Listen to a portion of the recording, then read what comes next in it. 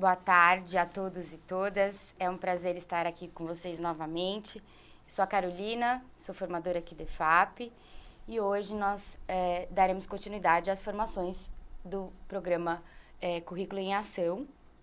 Hoje o nosso tema vai ser a promoção das aprendizagens e da formação integral no contexto da educação híbrida atual, voltado para os anos iniciais. E quem está aqui comigo, minha querida parceira, Paulinha. Boa tarde, Carol. Boa tarde. Boa tarde a todos e todas. Sejam bem-vindos a mais uma tarde de estudos do nosso programa Currículo em Ação. Vamos começar, então, nosso trabalho? Vamos lá, Carol? Vamos sim. Só lembrando, gente, que esse ciclo e mais os que virão dizem respeito às formações voltadas para implementação do currículo em ação na rede, tanto na rede estadual quanto nas redes municipais que aderiram ao currículo paulista, tá? E elas irão pelo menos até o ano que vem, tá certo? Bom, então vamos lá. Então nós estamos na primeira etapa, na etapa de nivelamento, certo? E essa será a última formação desse primeiro ciclo, dessa etapa de nivelamento, voltada para os anos iniciais, tá certo? Então, vamos aos nossos objetivos. Vocês podem colocar para mim. Isso. Então, explorar novos modos de aprender, ensinar e se relacionar na sociedade contemporânea, decorrentes não somente do desenvolvimento tecnológico e das tecnologias digitais de informação e comunicação, TIDIX, como também do contexto da pandemia do Covid-19. Segundo objetivo, identificar e explorar possibilidades de flexibilização curricular que atendam às expectativas dos estudantes do ensino fundamental anos iniciais e possam ser implementadas na escola.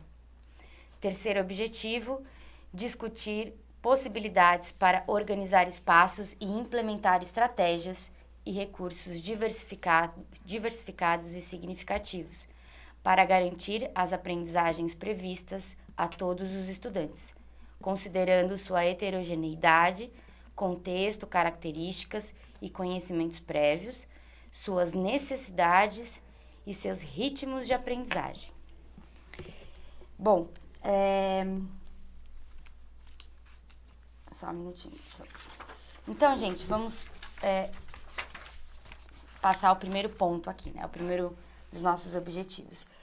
Vocês podem colocar o slide para mim, por favor? Isso. Bom, então, para iniciar, gente, a gente vai fazer uma retomada das premissas do currículo paulista, tá? O compromisso com o desenvolvimento da educação integral.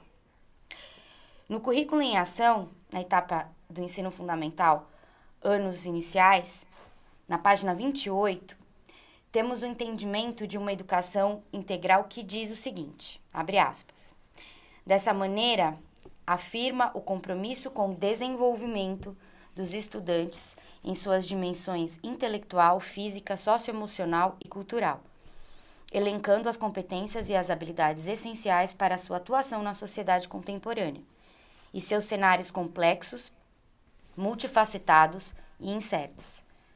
Viver, aprender e se relacionar nesse novo contexto tem exigido cada vez mais maior autonomia e mobilização de competências dos sujeitos para acessar, selecionar e construir pontos de vista frente ao volume substancial de informações e conhecimentos disponíveis para buscar soluções criativas e fazer escolhas coerentes com seus projetos de vida e com o impacto dessas escolhas.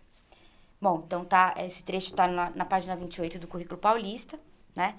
E, em termos gerais, ele vai nos dizer, né, essa perspectiva da formação integral, da educação integral, perdão, ela aponta para que norte, né? Ela deve visar a formação e o desenvolvimento humano global, né?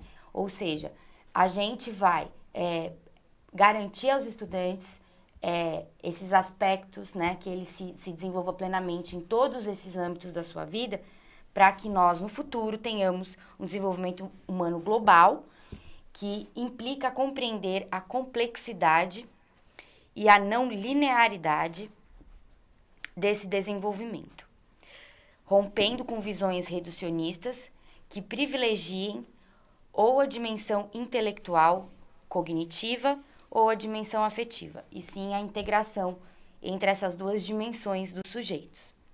Então, isso significa dizer ainda que assumir essa visão plural, singular e integral da criança, do adolescente, enfim, do jovem ou do adulto, certo? Considerando-os como sujeitos de suas aprendizagens, visa promover uma educação voltada ao seu acolhimento, reconhecimento e desenvolvimento pleno, nas suas singularidades e diversidades. Então, se vocês puderem voltar para mim, por gentileza, o slide com o anterior, não esse que tá. Isso. Então, aí vocês podem ver uma espécie de esquema, de mapa mental, vamos chamar assim, né? Do que seriam essas dimensões na vida desses sujeitos ou dos nossos estudantes, tá? Então, o currículo, ele tende a buscar uma integração entre todos esses aspectos, de maneira que esses sujeitos possam atuar no mundo de maneira ativa, consciente, crítica, certo? Podem passar por gentileza. Isso. Bom, então, gente, aí vocês veem lindas figuras, uma figura de uma duplinha que deve remeter muito às crianças de vocês, né? E os aspectos cujo o desenvolvimento a escola deve promover, né? O cognitivo, que está relacionado fundamentalmente a aspectos do cérebro, né? A neurotransmissores, a desenvolvimento de habilidades que envolvam o seu desenvolvimento cerebral, de aspectos físicos e socioemocional. O físico está relacionado a, enfim, coordenação motora, fina, enfim. E o socioemocional a aspectos relacionados à afetividade, à emoção, certo? Então, a gente não pode esquecer que o desenvolvimento integral, ele requer considerar as dimensões físicas, cognitiva, cultural e socioemocional dos estudantes. Viver e aprender a se relacionar nesse novo contexto tem exigido cada vez maior autonomia e mobilização de competências dos sujeitos, para acessar, selecionar e construir pontos de vista frente ao volume substancial de informações e conhecimentos disponíveis para buscar soluções criativas e fazer escolhas coerentes com seus projetos de vida e com o impacto dessas escolhas. Como bem o currículo paulista aponta. Bom, então, gente, pode passar o próximo slide, por gentileza. Isso. Aí vocês veem um trecho do currículo paulista, ou currículo em ação, que está na página 26 e vai sintetizar o que seria a educação integral, cujo foco é o desenvolvimento pleno em todas as suas dimensões dos nossos estudantes. A educação integral, como fundamento pedagógico, demonstra o interesse do currículo paulista em atender às necessidades de ensino e de aprendizagem pelo olhar sistêmico, por parte dos profissionais da educação, para essas aprendizagens e o modo como elas se apresentam em nossa sociedade. Então, a gente sabe a importância de atender às demandas, né, colocadas aí pelo mundo, pela sociedade,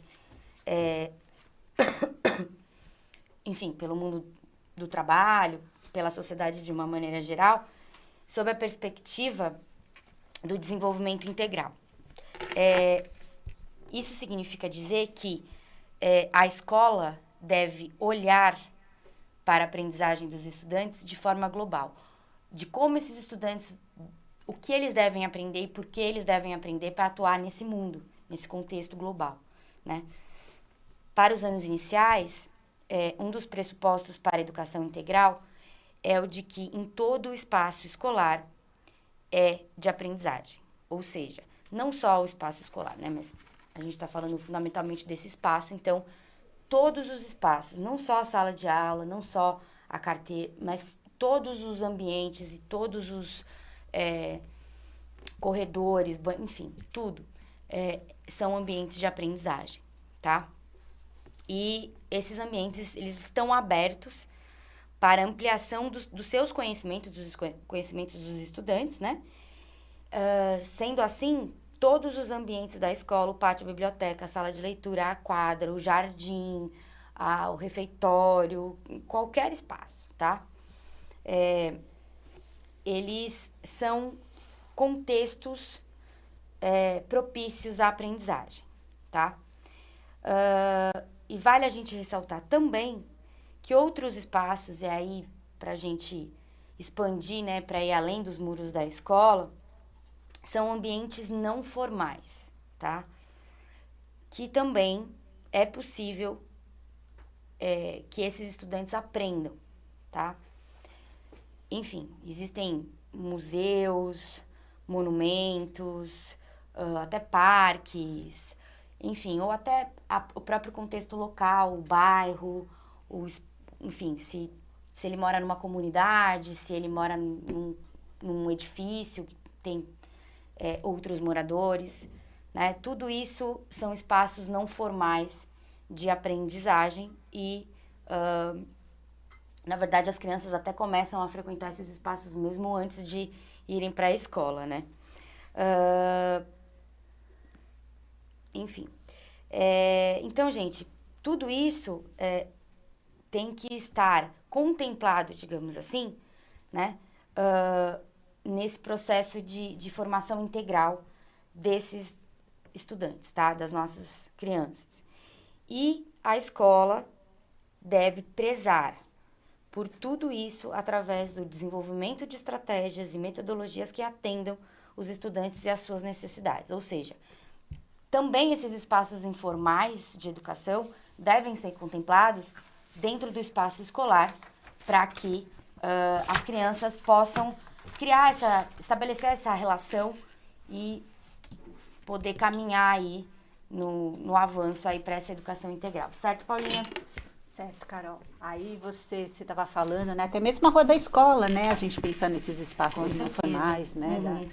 A calçada da escola, inclusive, né? Então, são espaços de certeza. aprendizagem, né? Que tem que ser contemplado realmente, né?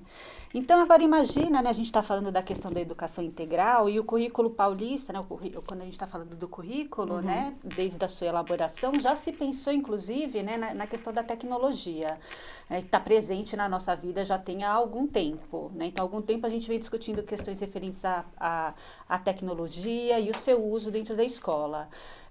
E o currículo, no momento da sua elaboração, já previa isso também, né? O que não previa era uma pandemia No meio do caminho. no meio do caminho, né? Então, a questão da tecnologia, ela se tornou mais presente do que nunca, né? Então, exatamente por conta disso, né? Quando a gente pensa a questão da educação integral dos alunos, né? Esse, com certeza, é um tema que não vai ficar de fora. É importante a gente pensar, né? E refletir um pouquinho, né? Que sim, já estava previsto isso, mas a gente não imaginou que as coisas, elas se dariam, né? De uma maneira velocidade. tão rápida, né? Tão quase que atropelada, né? Exatamente. Quase não, né? Foi atropelada. Todo mundo teve que, de uma maneira ou de outra, né, passar a lidar com essas questões da tecnologia, principalmente na questão da tecnologia na escola, tá? O próximo, por favor, né? E exatamente por conta disso, né, o currículo paulista, né, de que maneira que ele já apontava isso pra gente, né? Essa versão que a gente está tendo aqui, a gente tem aqui é de 2019. Lá da página 34 já está dizendo, olha, a necessidade de construir uma escola como espaço de aprendizagem, de cultura e de democracia, que responda ao desafio da formação dos estudantes para atuar em uma sociedade altamente marcada pela tecnologia e pela mudança. A BNCC também, né? O currículo paulista, pautado em cima da BNCC, também aponta isso. Lá na página 61 a gente tem educar para usos mais democráticos das tecnologias e para uma participação mais consciente na cultura digital, ao aproveitar o potencial de comunicação do universo digital, a escola pode instruir novos modos de promover a aprendizagem, a interação e o compartilhamento de significados entre professores e estudantes, né? A gente sempre parte para aquelas, né, para aquelas discussões, né, que os nossos alunos sabem mexer mais nessas questões tecnológicas do que os professores, né? Só que são saberes diferentes, né? Então vamos pontuar bem isso, né? Porque sim, eles têm acesso, né? Ou boa parte deles tem acesso, né? Muitos dos professores estão engatinhando agora, né? Estão se apropriando disso, mas ter acesso, né, não significa saber exatamente lidar com isso, né? Do mesmo modo, né, a gente vive nesse mundo contemporâneo, faz parte do nosso cotidiano, querendo ou não, as crianças, né, desde as pequenininhas lá da educação infantil, né, e passando por todo, né, e todos os aspectos da nossa vida, né, seja onde for, onde quer que a gente vá, tem alguém com o celular na mão, passando ali pelas redes sociais, né? Então não dá para a gente ignorar essa realidade presente na nossa sociedade, no nosso cotidiano, né? E aí, exatamente por conta disso, como é que a escola vai lidar, né? Como é que a gente vai lidar com isso? Como é que a gente vai lidar com todo esse processo, certo?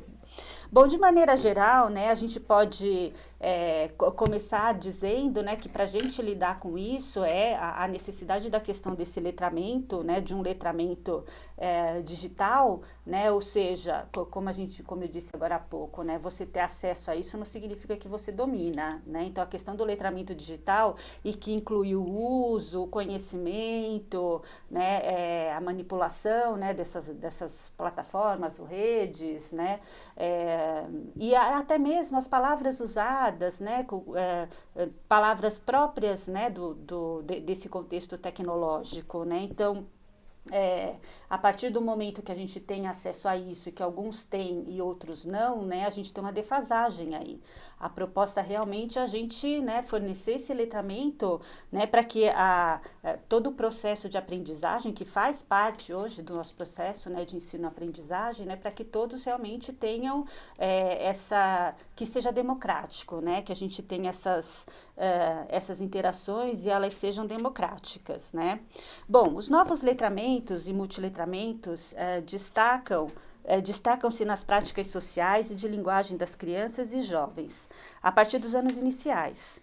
Trabalhar na perspectiva de novos multiletramentos ou tomar a tecnologia como lugar em que novas práticas sociais, culturais e de linguagem têm espaço, não é somente incluir novos gêneros ou usos de ambientes e ferramentas no currículo.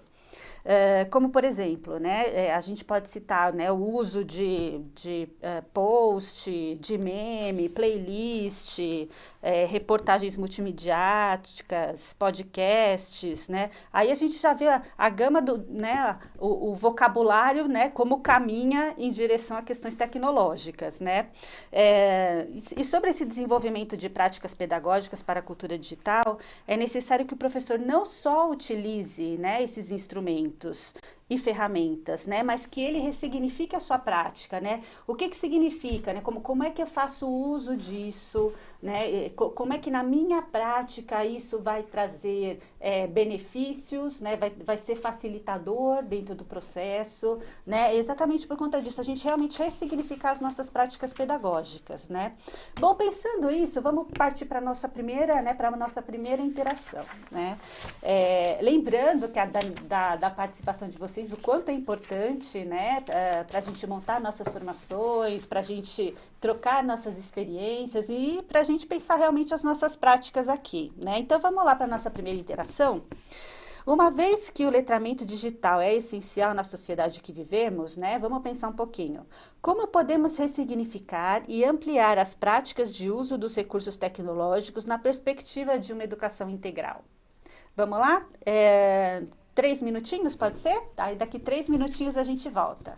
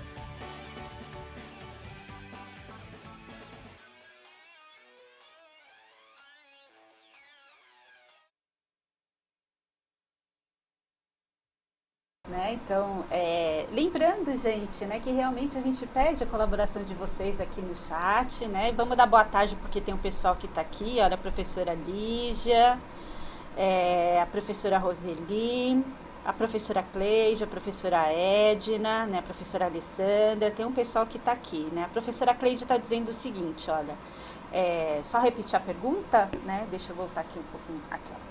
Como podemos ressignificar e ampliar as práticas de uso dos recursos tecnológicos na perspectiva de uma educação integral, né? Aí vamos ver, ó, a Cleide respondeu o seguinte aqui, olha, trazer reflexões sobre as mídias sociais, o uso consciente, a questão da fake news, né?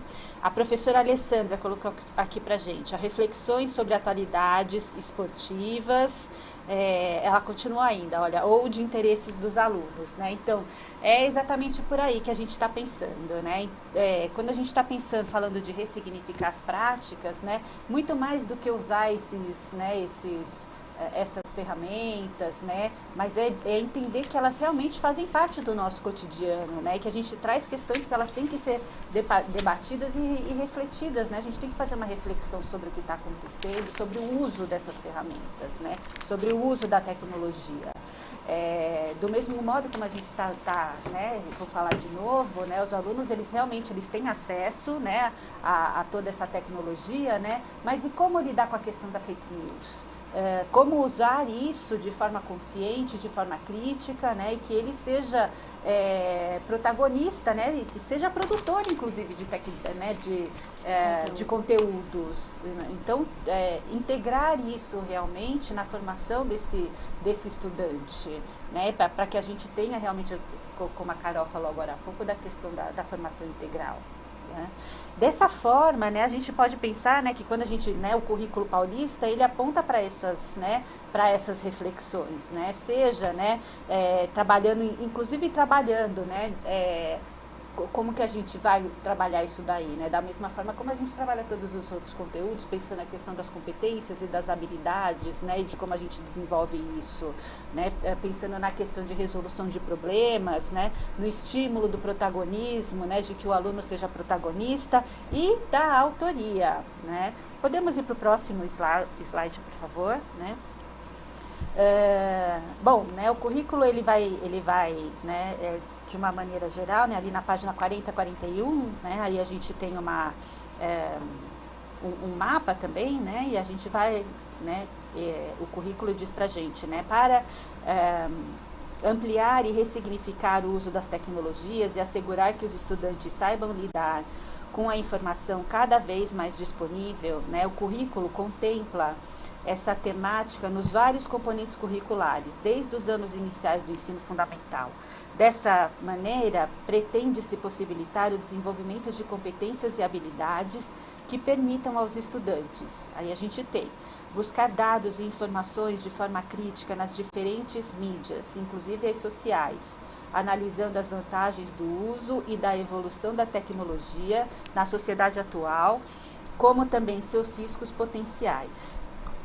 Apropriar-se das linguagens da cultura digital, dos novos letramentos, dos multiletramentos, para explorar e produzir conteúdos em diversas mídias, ampliando as possibilidades de acesso à ciência, à tecnologia, à cultura e ao trabalho. Usar diversas ferramentas de software e aplicativos para compreender e produzir conteúdos em diversas mídias, estimular fenômenos e processos nas diferentes áreas do conhecimento e elaborar e explorar diversos registros de representação e matemática. E, por fim, né, utilizar e propor ou implementar soluções, processos e produtos envolvendo diferentes tecnologias para identificar, analisar, modelar e solucionar problemas complexos em diversas áreas da vida cotidiana, explorando de forma efetiva o raciocínio lógico, o pensamento computacional, o espírito das investigações e a criatividade.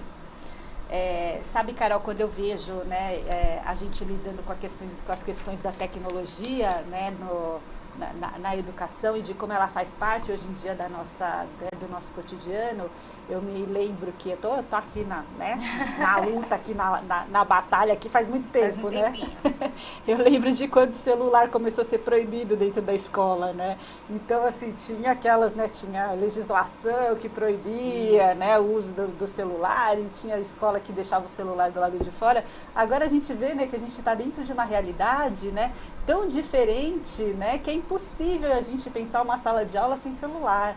É impossível a gente pensar isso hoje. É exatamente por conta disso que a gente tem que fazer essas reflexões quando a gente está falando nessas mudanças de currículo. Essas mudanças curriculares, elas se mostram nesses momentos, né? Então a gente tem uma sociedade que, tá bom, faz um pouco de tempo, né? Mas não tanto tempo exatamente, assim, né? não faz tanto tempo, porque eu tudo bem que eu também não sou uma jovem ingressante na rede, e eu cheguei também a pegar esse momento em que o celular ainda era visto como um inimigo dentro da sala de aula, Sim. né? Como um fator que atrapalha, mas eu acho que é exatamente essa reflexão.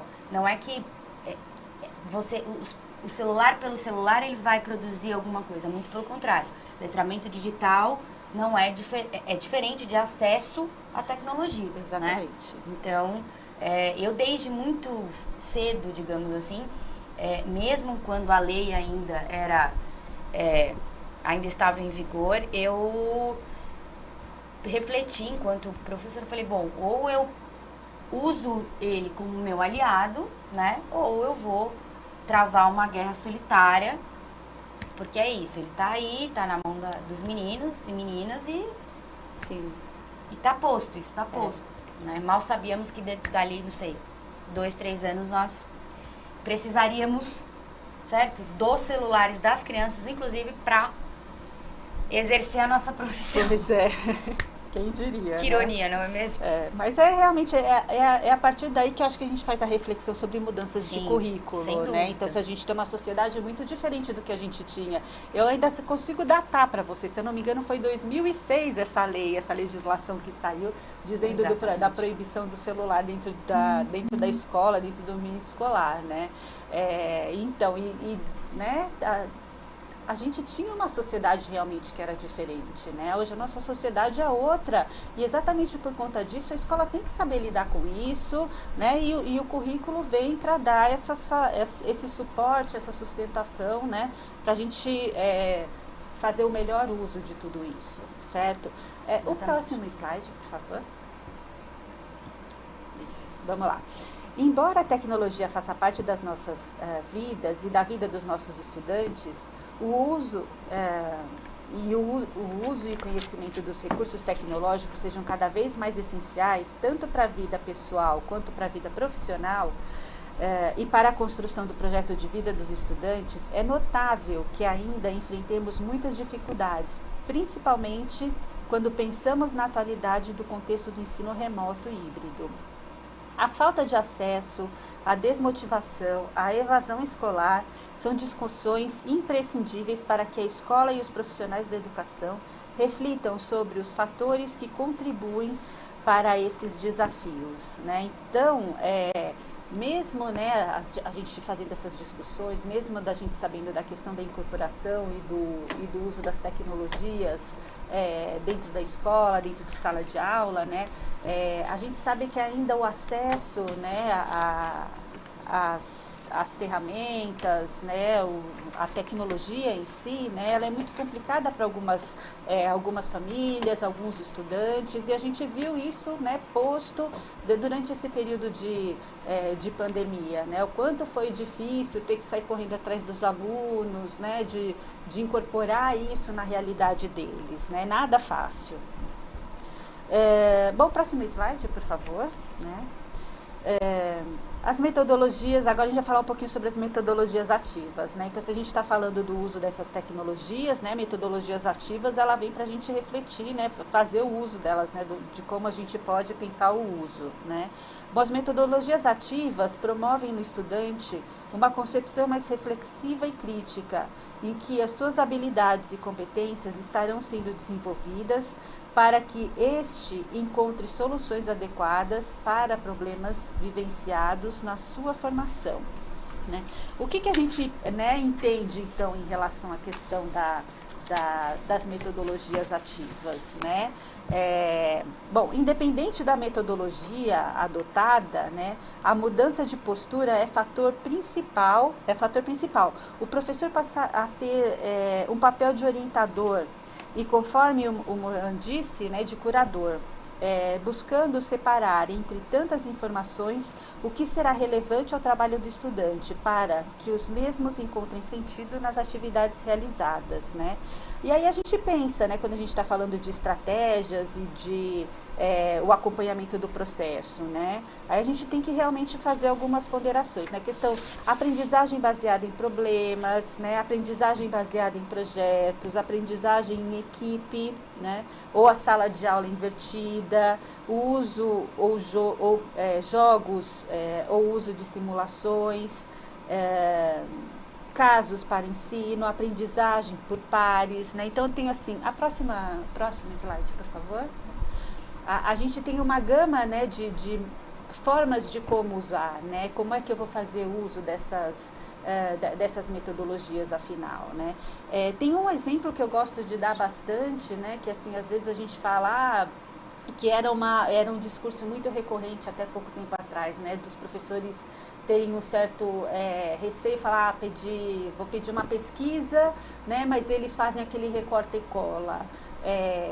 Se você, né, eu vou dar exemplo da minha área, né, então a gente está falando lá de Tiradentes, eu falo para o meu aluno, olha, a pesquisa é sobre Tiradentes, ele vai, joga lá no Google Tiradentes, né, e recorta e cola o Tiradentes, traz para a sala de aula, né, é exatamente aí que começa o nosso trabalho, né, então, o momento da pesquisa, né, ok, o recorta e cola, né, ok, né, ele foi lá e buscou, né, a questão do trabalho é realmente a gente trazer isso para dentro da sala de aula, né, e ali a gente elaborar e a gente fazer realmente o trabalho, né, o que eu quero, afinal de contas, em relação ao Tiradentes, né, elaborar perguntas, né, fazer com que eles leiam, né, para não ficar só no recorte e cola, como se não tivesse lido, não tivesse passado pela frente dele, mas que ele leia aquilo e reflita e a partir dali ele consiga fazer uma síntese ou consiga, sei lá, construir uma história em quadrinhos, né, seja em grupo, seja individualmente, né, então vai para além da ideia de você jogar no Google ali a pesquisa e trazer para dentro de sala de aula, né,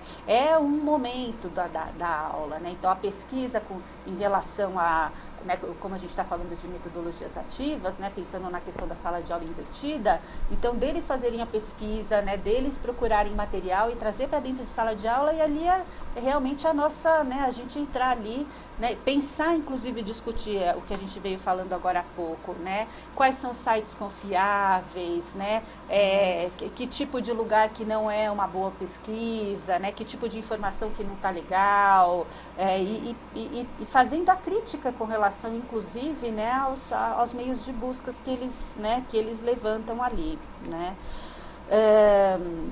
Bom, na próxima slide, por favor, né, agora a gente vai falar um pouquinho, né, a gente vai trazer aqui um vídeo da professora Jussi Rocha, né, que é gestora aqui do Centro de Mídias, e que atua também na formação de professores, né, e o foco dela, do trabalho dela, é inovação e tecnologia, e ela vai falar um pouquinho com a gente sobre questões da metodologia ativa. Vamos ver? Olá, tudo bem, pessoal? Eu sou Jussi Rocha, sou gestora do Centro de Mídias e também atuo com formação de professores com foco em inovação, tecnologias e metodologias ativas. O tema desse vídeo são as metodologias ativas, ou seja, o que são as metodologias ativas, quais são os seus benefícios e como a gente pode colocar em prática as metodologias ativas nesse contexto de educação remota. Bom, já tem um tempo no Brasil em que a gente está discutindo metodologias ativas e a gente percebe um interesse grande dos professores nesse tema, né? Cada vez mais buscando formações, criação de comunidades, trocas de experiência para amadurecer esses conceitos dentro das suas práticas. E aí, quando a gente fala de metodologias ativas, a gente está querendo fazer uma oposição a um modelo de educação muito centrado na figura do professor, né? A fala centrada na figura do professor, a transmissão de conteúdos, essa ideia de transmitir, muito centrada na figura do professor. E quando a gente fala de metodologias ativas, a gente está querendo trazer uma construção do conhecimento mais focada no estudante, né? Essa ideia do protagonismo ser um protagonismo também intelectual. Então, para começar, para mim, a definição de metodologias ativas, ela tem muito mais a ver com essa ideia de metacognição, né, do aluno aprender a aprender, construir o seu conhecimento, criando camadas de cognição mais profundas do que necessariamente, muitas vezes, o que eu ouço de que a aula com metodologias ativas é uma aula muito centrada na prática, né, muito centrada no fazer. E claro, tem esse aspecto super forte nas metodologias ativas, sim, e tem motivos para isso, mas tem mais a ver com essa questão da cognição, do aprendizado e do protagonismo, do conhecimento, a construção do conhecimento está centrada no estudante, do que simplesmente ser uma aula com foco no fazer, né? Porque senão a gente cai também, né? É um risco da gente cair no fazer pelo fazer.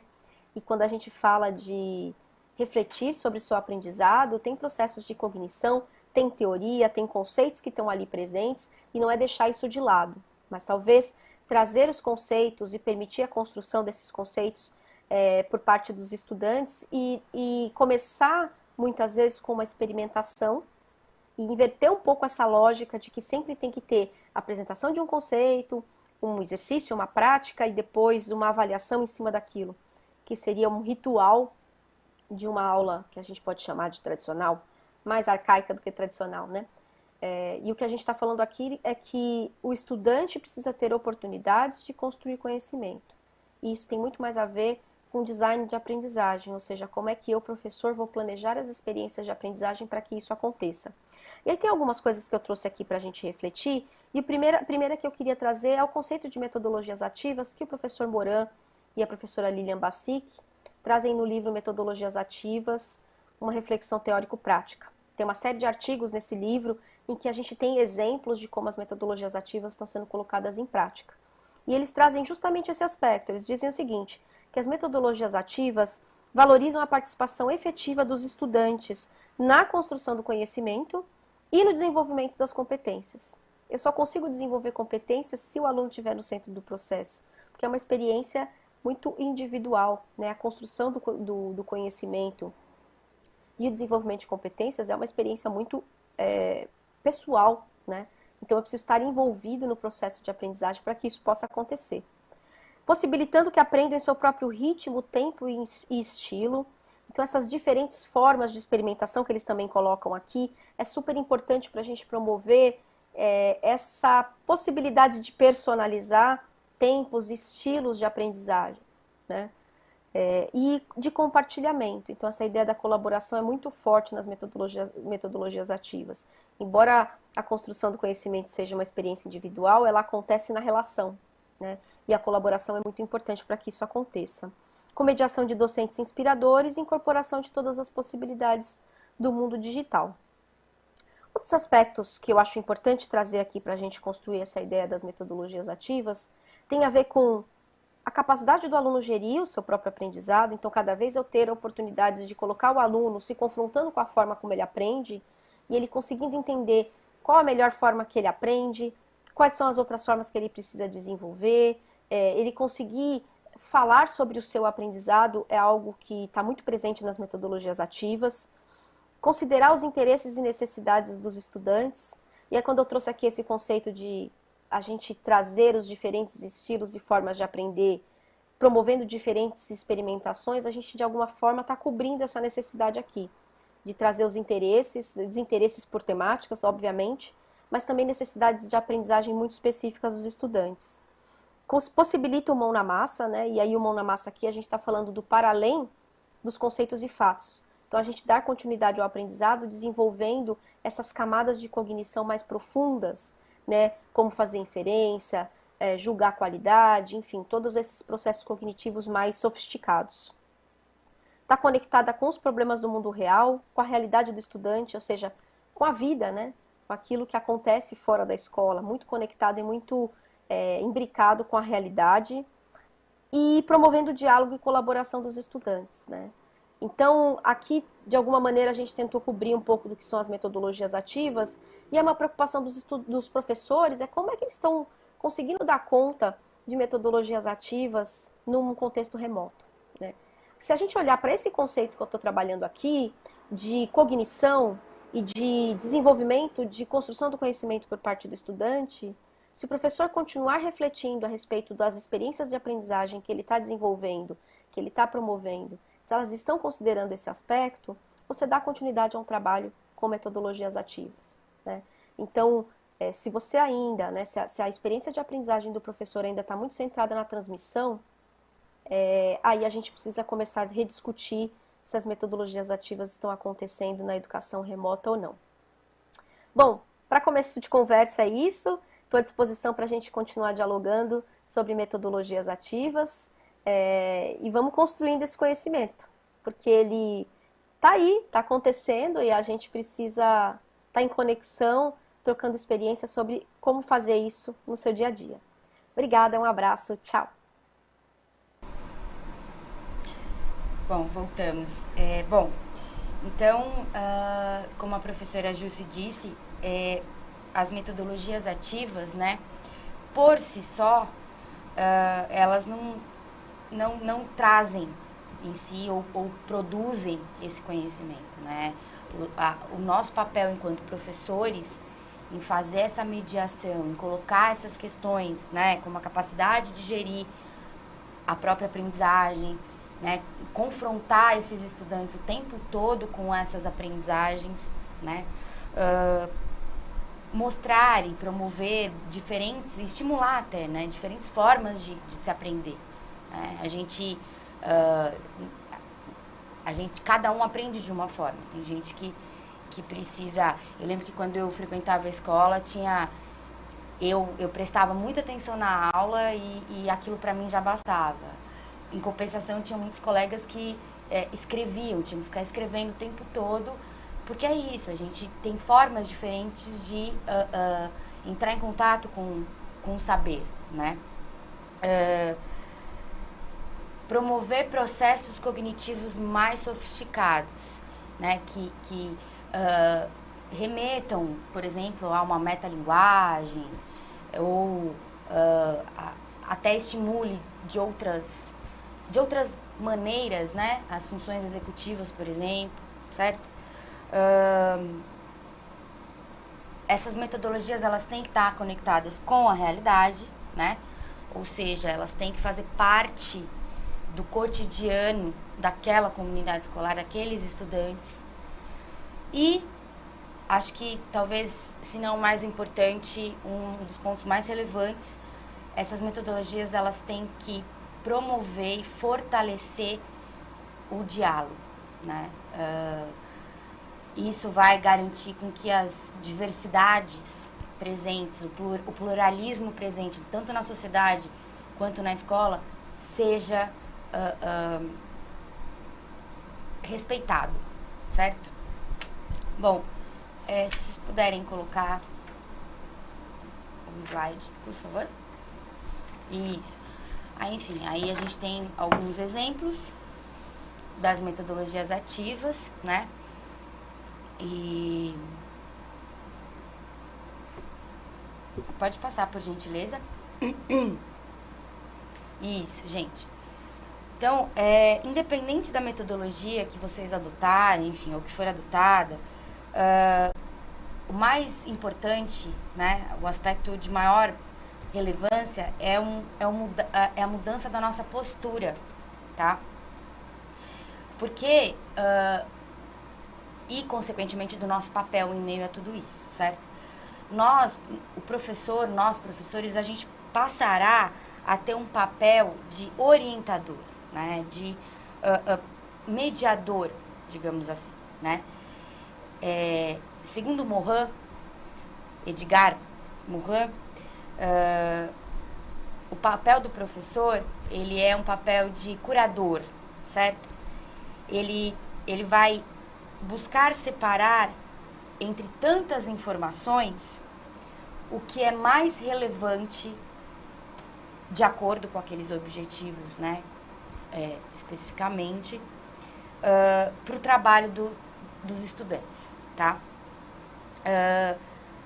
De maneira que esses próprios estudantes percebam e encontrem um maior sentido e mais significado, certo? naquela atividade ou naquela sequência de atividades, enfim, independente do objeto de conhecimento em jogo, tá? E mais importante, somos nós, professores, que vamos promover esse protagonismo das nossas crianças em relação a esse processo de ensino e aprendizagem, tá? Tá na nossa mão criar as condições para que esse estudante ele seja o centro desse processo, tá certo? Pode colocar o próximo. Então, gente, agora nós vamos para mais uma interação, tá? Então, vamos lá.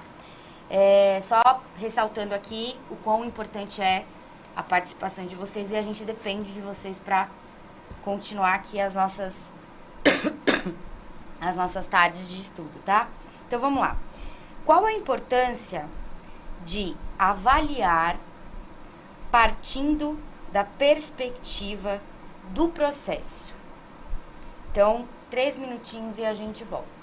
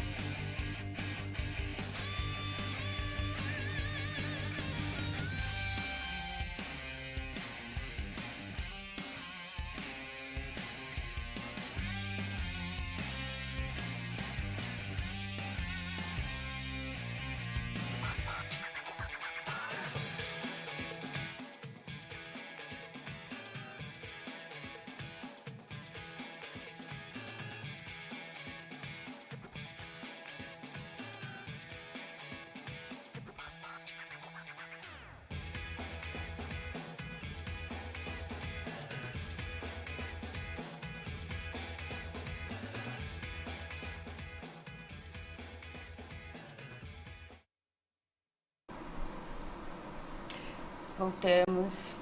Bom, então, qual a importância do avaliar partindo da perspectiva do processo? Paulo, o que você acha? Eu acho que a avaliação ela é parte integrante de todo, né, de todo o processo de ensino e aprendizagem. A gente não pode mais pensar, né, uma situação dentro, né, de interação do professor em que ele não planeje, né, no seu momento de planejamento, ele não faça, ele não ele não elabore ou ele não reflita, já pense, né, em como será avaliado isso. Então, o processo de avaliação já tem que vir lá do começo, no momento do planejamento, você já tem que estar pensando em como você vai avaliar. Não só o aluno, né, não só o estudante, mas como a nossa própria autoavaliação, né, para a gente rever planejamento, né, repensar todas essas questões que foram pensadas, né, no decorrer do processo. Por aí, Carol. Bom, já para a professora Sandra, ela diz o seguinte, que é importante para corrigir o rumo, né? A professora Alessandra vai no mesmo sentido também, né? Checar se o trabalho deve continuar ou se deverá ser ressignificado, certo? E a professora Cleide acabou de chegar aqui. Cabe ao professor usar dos mais diversos recursos para auxiliar na avaliação do estudante, levando em conta as especificidades de cada um. Muito bem, professora Cleide. Muito obrigada pela sua participação. Bom, gente, então, na verdade, o que acontece, né, é que eu acho que a pandemia do coronavírus trouxe essa urgência, né?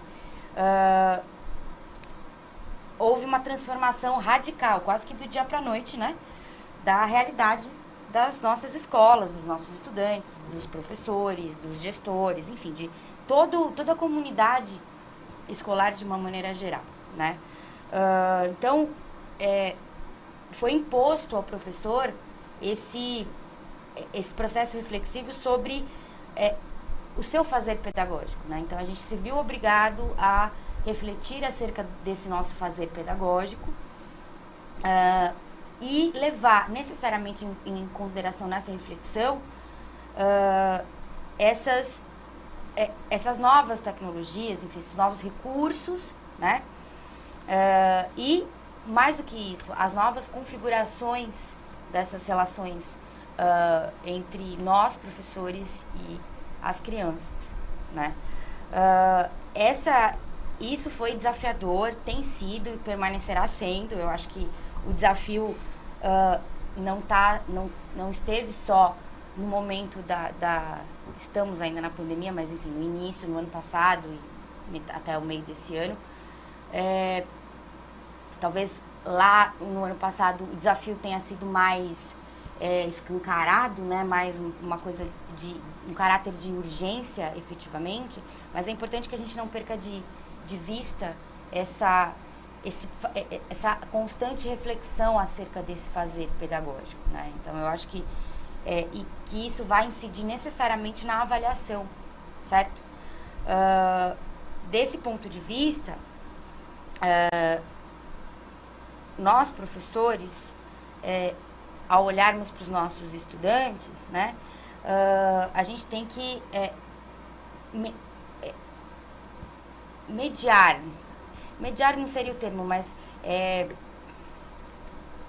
criar instrumentos para olhar para esse novo estudante, né, nesse novo contexto, com esses novos recursos envolvidos no processo pedagógico, né. Então, por exemplo, o processo avaliativo, ele deve ser mais do que nunca contínuo, que ele sempre, teoricamente, ele sempre foi contínuo, né? Mas agora ele obrigatoriamente deve ser, né? E diversificado, certo?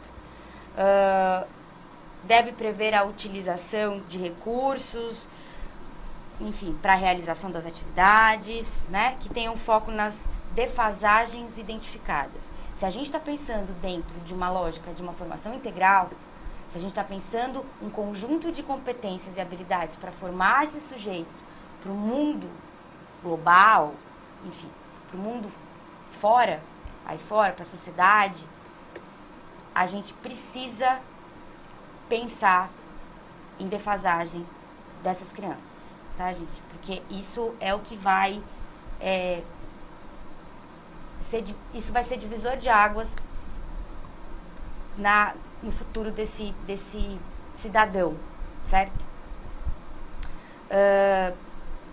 E, mais do que nunca, pensar também os resultados os resultados que esses instrumentos vão promover para a equidade da turma, certo? Então, se vocês puderem passar o slide, colocar também, por favor. Isso. Aí a gente tem uma síntese, né? O processo avaliativo deve ser um recurso pedagógico com diversificação de instrumentos que possam sinalizar o acompanhamento e a progressão dos estudantes em seu processo de aprendizagem, mas deve servir de balizador para que os professores, nós professores, façamos ajustes necessários em nossas práticas de ensino. Assim, se possível, renovando a utilização dos recursos didáticos, metodológicos e do uso de narrativas para para que o desenvolvimento educativo avance. Esse processo deve ser uma ação planejada, que possibilita indicar informações necessárias, como se fosse uma espécie, né, de relatório detalhado de que o ensino e a aprendizagem estão sendo potencialmente adequados para o atendimento dos objetivos propostos. Certo, Paula? Certo, Carol. Eu acho que é um dos grandes desafios que a gente tem, né, hoje, é realmente pensar a questão da avaliação, né, e a gente instrumentalizar, né, a rede com relação a esse processo avaliativo, né, o quanto ele é importante, né, dentro do fazer pedagógico hoje, né? Então não dá para a gente dissociar um planejamento, né, da avaliação, né? Ela tem que estar inserida ali dentro, o cotidiano do professor, na observação do aluno, do nosso estudante, instrumentos que podem ser criados, né? E a gente pode pensar aí, né, para além da prova, né, daquela prova naquele momento só do aluno, que também, né, deve acontecer, né, mas todo o processo, né, criação de portfólios, para que a gente realmente consiga perceber a progressão, né, ou a velocidade da progressão, ou, né, de como o aluno está progredindo no processo de aprendizagem, né. No próximo, por favor. Então, assim, a questão do olhar atento do professor, né, a revisão do plano de ensino, o espaço crítico e reflexivo, porque essa também, né, a avaliação, ela também está ali para isso, né, assegurar as competências básicas da educação básica, né, a atenção do professor no processo avaliativo deve ser cirúrgico na escolha dos instrumentos de avaliação, né, pois as aprendizagens dos alunos não é uma via única, né? A gente não está falando de um único caminho, né? E nem dá para a gente pensar a avaliação dentro do currículo hoje dessa forma, né? Exatamente por conta do quê? Né? Cada aluno, né? Cada estudante, né? Cada um ali dentro, né? Tem o seu tempo e a sua maneira própria de aprender, né? A escolha deve ser cuidadosa e que contemple as expectativas do professor em relação à aprendizagem dos discentes, ou que o seu plano de ensino deve ser revisto. Então, aquele momento realmente, né, a gente tá instrumentalizando, né, a gente tem ali várias maneiras da gente observar, fazer as observações e as anotações dos nossos alunos, dos nossos estudantes. E a partir dali, né, a gente realmente olhar para o nosso trabalho, inclusive, e ver, né, aonde que a gente tem que replanejar, né, que mudança de rota a gente tem que fazer para que não fique ninguém para trás, né. Para além disso, esse momento de, né, período crítico e reflexivo para apontar pontos fortes e fracos no processo educativo, no qual podemos dizer que também é um período de autoavaliação, podendo verificar se houve falhas das escolhas das variáveis que estão envolvidas no ensino e aprendizagem, que tem como objetivo de garantir o desenvolvimento de habilidades e competências, né? Então, a avaliação, ela não é a avaliação do estudante só, né? Mas é a avaliação do processo, é a nossa autoavaliação, é a gente sentar e se debruçar sobre o que foi feito, de como foi feito e de quais são as outras, de que caminho a gente tem para percorrer ainda. Ou seja, a avaliação, ela não é o momento final do processo, né? Ela ocorre durante todo o processo e é por aí que a gente tem que caminhar, né? Bom, dessa forma, vamos trazer aqui um vídeo da professora Celina Fernandes, e que ela vai apontar, né, vai mostrar para a gente alguns pontos para a gente continuar refletindo sobre a questão dos registros que os professores podem fazer em relação ao desempenho dos alunos. Vamos lá, gente? Os registros docentes, eles são importantes na medida em que, né, eles podem, em síntese, constituir uma memória de um determinado projeto, de uma atividade, de uma intervenção, de um encaminhamento, né? Que eles possam servir a vários sujeitos e não só ao professor que fez o registro, né? Mas a vários sujeitos que estão envolvidos no processo de ensino-aprendizagem, né? Para que eles possam ser interpretados, então que sejam registros elaborados em linguagens passíveis de serem interpretadas por esses sujeitos, né? E para que eles possam retornar, né? Dar retornos, né? Contribuir efetivamente com o aprimoramento tanto do processo de ensino, naquilo que diz respeito à prática pedagógica, aquilo que o professor colocou em prática ali, como também para a formação crítica, respeitosa, né, profunda, né, para a tomada de consciência do aluno, do estudante, em relação ao processo de ensino e em relação também às mais variadas aprendizagens que a gente tem na escola, né? Para que o professor também compreenda, né, como aquele aluno aprende e por que talvez, né, aquele aluno ainda não tenha desenvolvido uma determinada habilidade, é extremamente importante que a gente possa estabelecer a interlocução com esse aluno, né? Eu me lembrei agora de uma situação que foi vivenciada por mim num determinado projeto de formação de professores alfabetizadores, né?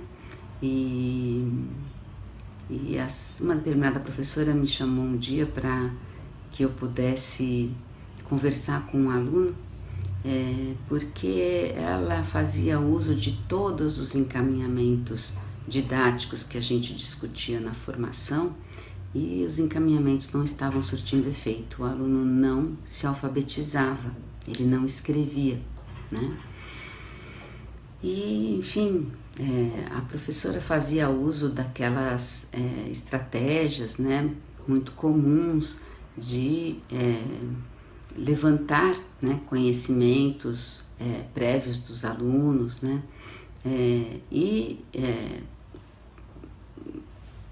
fazia, por exemplo, perguntas bem características daquilo que se espera, né, que uma criança possa ter numa determinada idade. O fato é que as perguntas que eram feitas em classe, elas não correspondiam à realidade social daquele aluno, né? E quando a gente conversou com ele, ele pôde nos dizer, por exemplo, que ele não podia dizer sobre uma festa de aniversário porque ele não tinha tido nenhuma festa de aniversário, né? Que ele não podia escrever o que tinha na festa de aniversário dele porque ele nunca tinha tido uma festa de aniversário. E eu perguntei, mas nem um bolo, né? Aí ele falou assim, não, nem um bolo. Por quê? Eu perguntei, porque o gás é muito caro, não dá para minha mãe fazer um bolo, né? Aí eu falei para ele, mas então no seu aniversário não tem nada? Tem alguma coisa que acontece diferente no seu aniversário? E ele me disse assim, sim, tem cachorro quente. Mas vejam o que é a conversa com esse menino, né? Primeiro, escrever cachorro-quente não é nada fácil, né? Já começa por aí. Mas é a palavra que teria mais sentido para esse aluno. Brigadeiro, bolo, bexiga, enfim, Coca-Cola, nada disso fazia nenhum sentido para esse aluno, né? O que fazia sentido para esse aluno era o cachorro-quente que a mãe dele eventualmente fazia no aniversário dele, né?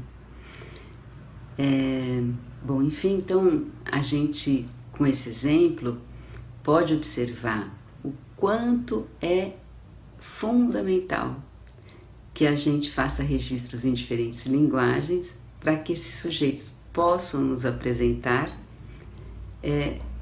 os verdadeiros sentidos que vão atribuindo ao processo de ensino a partir daquilo que eles têm como repertório. De volta, muito bom esse vídeo da professora Celina Fernandes, né? Principalmente para a gente pensar, né, refletir sobre o que a gente, né, espera, né, nesse processo de avaliação, quais são os instrumentos que a gente, né, dá para o nosso estudante, né, o que a gente tira dali, né? A ideia de você fazer a avaliação, né, por uma coisa que é tão comum com relação à maioria das crianças, que é uma festa de aniversário, e que a professora naquele momento pensou em avaliar palavras simples como bolo, né, e de repente o garotinho ali, a palavra para ele seria cachorro quente, né, e como a própria professora Celina disse, que não é nada fácil de escrever, né? Nesse começo, né? Eu vou contar também uma outra historinha da professora Jussara Hoffmann, né? Quando a gente está falando da avaliação, né? A gente pensar também, inclusive, né, o que a gente vai pedir e qual é o retorno que a gente espera, e que muitas vezes a gente acaba sendo surpreendido. E a professora Jussara Hoffmann, ela conta uma história de que acho que a filha dela, 8, 9 anos, né, foi para a escola e a professora pediu para fazer um texto curto falando sobre desmatamento. E a menina falou né, escreveu toda uma história, mas dando um sentido de trazer de volta para a vida, né? E a professora, quando leu aquilo, no primeiro momento falou, nossa, não entendeu nada, né? Mas, na verdade, se a gente for pensar, né, a menina, ela usou os referenciais que ela tinha, né? Para ela desmatar, era trazer, né? Era deixar de matar, trazer de volta para a vida, né? Porque, né, os referenciais que ela tinha, né, quando fala do né, era o contrário, né, era rever isso daí. E é exatamente, né, a gente vai, né, tem N histórias, exatamente a gente pensar, né, o quanto é importante a avaliação estar dentro de todo esse processo e de que uso a gente vai fazer dessa avaliação. E não tendo um único instrumento para fazer, né, para ter como sustentar, né, a questão do desenvolvimento e das progressões dos nossos alunos, né, dos nossos estudantes. O slide, por favor, né?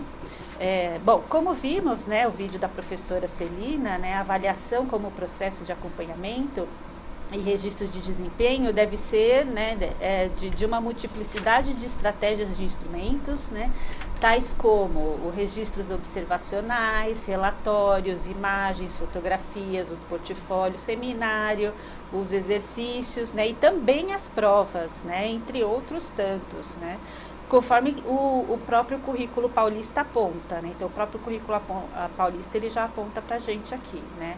A importância do ato de registrar, né, de forma sistêmica, é um exercício contínuo para a reflexão da prática docente e de acompanhar as diversas maneiras que os estudantes entendem um determinado objeto de conhecimento. É interessante que os professores explorem os diversos tipos de registros de acompanhamento das aprendizagens, para que se possam ter clareza de eventuais necessidades para promover o desenvolvimento e a formação integral do nosso estudante, né? A próxima, por favor, né? Então, dessa forma, né, como é que está ali para a gente no currículo, né? Então, o currículo traz aqui para a gente, lá na página 42. Avaliar demanda um olhar atento do professor em relação aos avanços, assim como pensar em instrumentos pelos quais possa, de fato, diagnosticar as aprendizagens dos estudantes e seus níveis de proficiência a respeito do que lhes foi ensinado e planejar ações necessárias para que todos possam aprender, né? Continuando ainda também, né, no currículo paulista, no próximo, por favor, né? Assim, a avaliação permeia o processo do ensino e da aprendizagem, trazendo subsídios para a revisão do plano de ensino, a partir do acompanhamento do processo integral do desenvolvimento de cada estudante, a tempo de assegurar a todos as competências gerais ao final da educação básica, né? Como a gente, né, tá apontando, na avaliação e a gente tendo, né, tempo hábil para fazer isso, para a gente conseguir corrigir, né, as rotas traçadas no planejamento, né, é o que a gente espera para que realmente ninguém fique para trás, né, para que todo mundo tenha ao final do processo, né, as competências lá asseguradas, né, que a gente se propõe. Afinal, essa é a nossa proposta, é a proposta do nosso trabalho, né.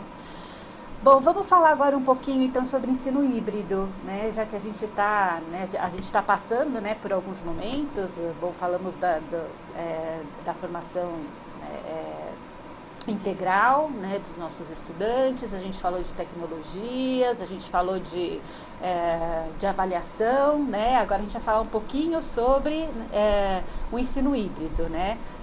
O que a gente sabe, afinal de contas, né? Eu sei o que significa isso, né? A questão está aí posta, né, no slide, por favor, né? Bom, nessa abordagem, né, percebe-se que existe uma certa confusão ao definir ensino híbrido, né? Será que nós também fazemos essa confusão? Diga para nós o que você entende por ensino híbrido, né? Vamos refletir um pouquinho. A gente tem falado sobre ensino híbrido, na verdade, né, nesses praticamente 2 últimos anos, né, 1 ano e meio aí, né, da gente de pandemia, o ensino híbrido foi uma outra palavra que entrou ali, né, pra gente, quando a gente falou de letramento digital, né? Aqui a gente tem um outro termo usado, né, a questão do ensino híbrido. Então vamos lá, pessoal, vamos participando aqui no chat, né, vamos dar aí 3 minutos, né, e vamos pensar um pouquinho, né, o que eu sei, o que significa, afinal de contas, ensino híbrido. Vamos lá para o chat?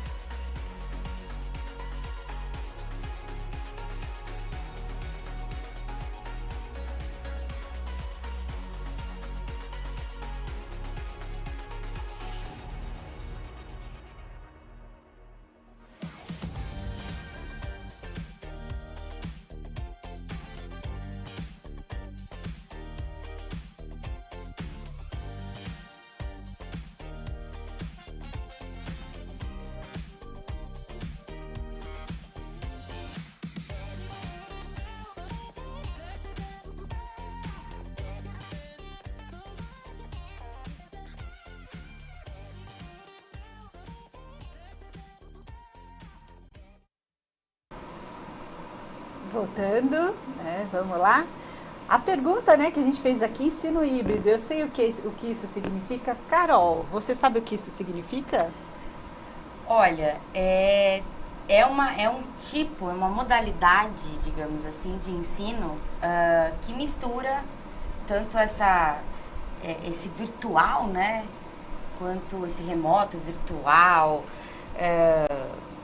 à distância, enfim, com o presencial, né, o giz, a lousa, a saliva.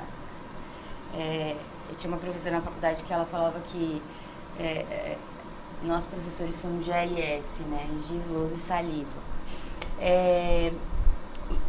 Acho que junto com esse termo ensino híbrido vieram muitos outros, né? Então tem a própria questão do uma aula assíncrona ou síncrona, enfim, foram vários termos incorporados aí no nosso repertório, né? É isso? É isso, Carol, você tá de parabéns hoje. Fiz a lição de casa. Bom, a gente tem falado de ensino híbrido, né? Principalmente quando as aulas, né, retornaram parcialmente, por conta de que a gente vai ter, né, alguns momentos ainda, a gente tem, né, alguns alunos que ainda não retornaram, e mesmo assim, né, mesmo a gente tendo o retorno de todo mundo, é aquele momento para a gente refletir, né, do que está na escola e do que está além da escola, né, o depois da escola também, o processo de aprendizagem do aluno, do nosso estudante pode continuar para além da escola.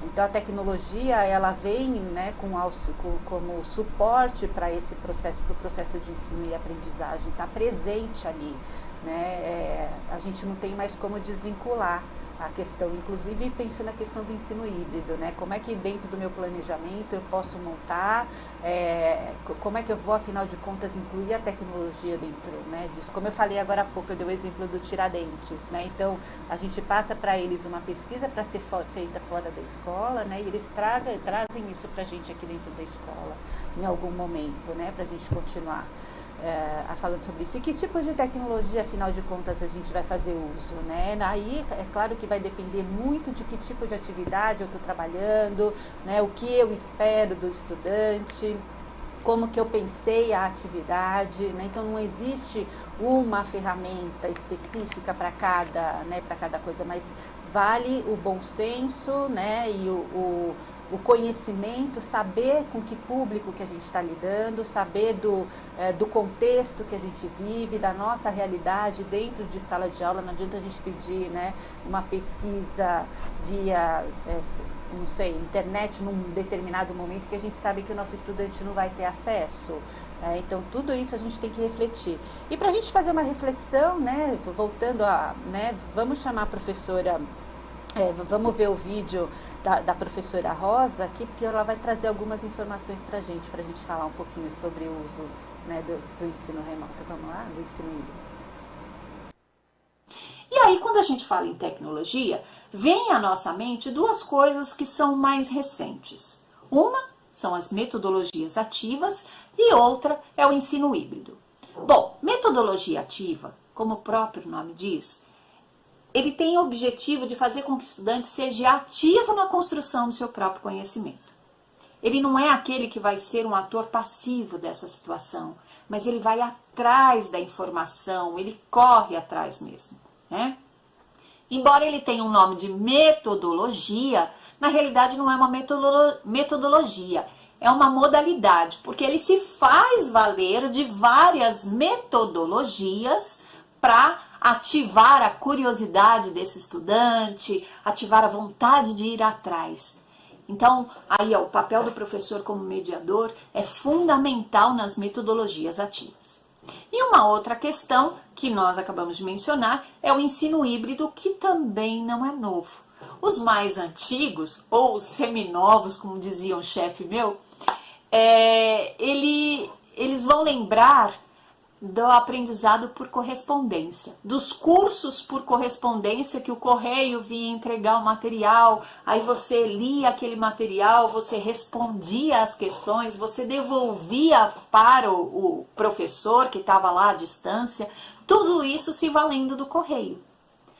O ensino híbrido, eu vou utilizar as aulas presenciais e o ensino à distância. Esse ensino à distância, ele pode ser remoto, se valendo sim dessas novas tecnologias com acesso à internet ou sem acesso à internet. Também é possível mesclar o presencial com o ensino EAD. O ensino EAD hoje ele tem uma característica própria.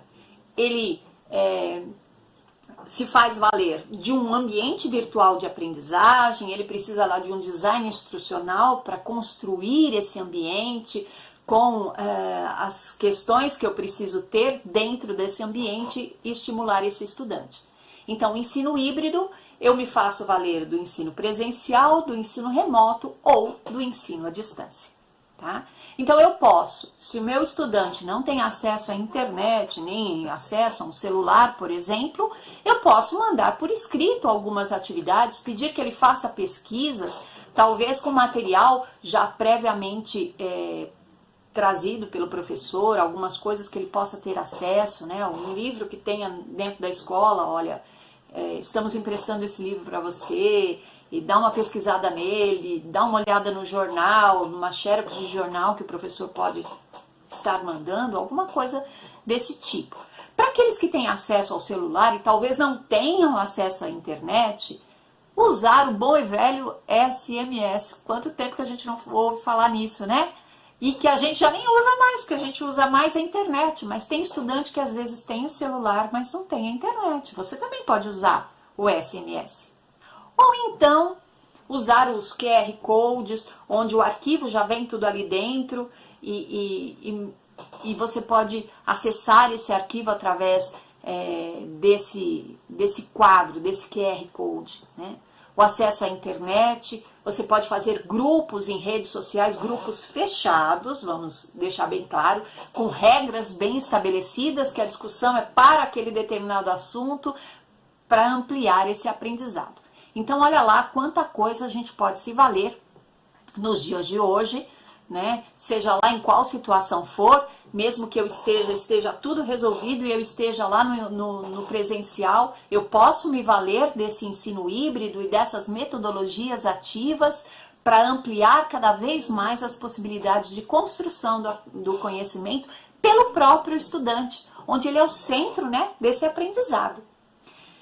Bom, eu espero nessa breve conversa, porque isso aqui dá muito pano para manga, ter trazido alguma informação que possa ajudá-los no trabalho de se reinventar a cada dia, que esta é a nossa função, né?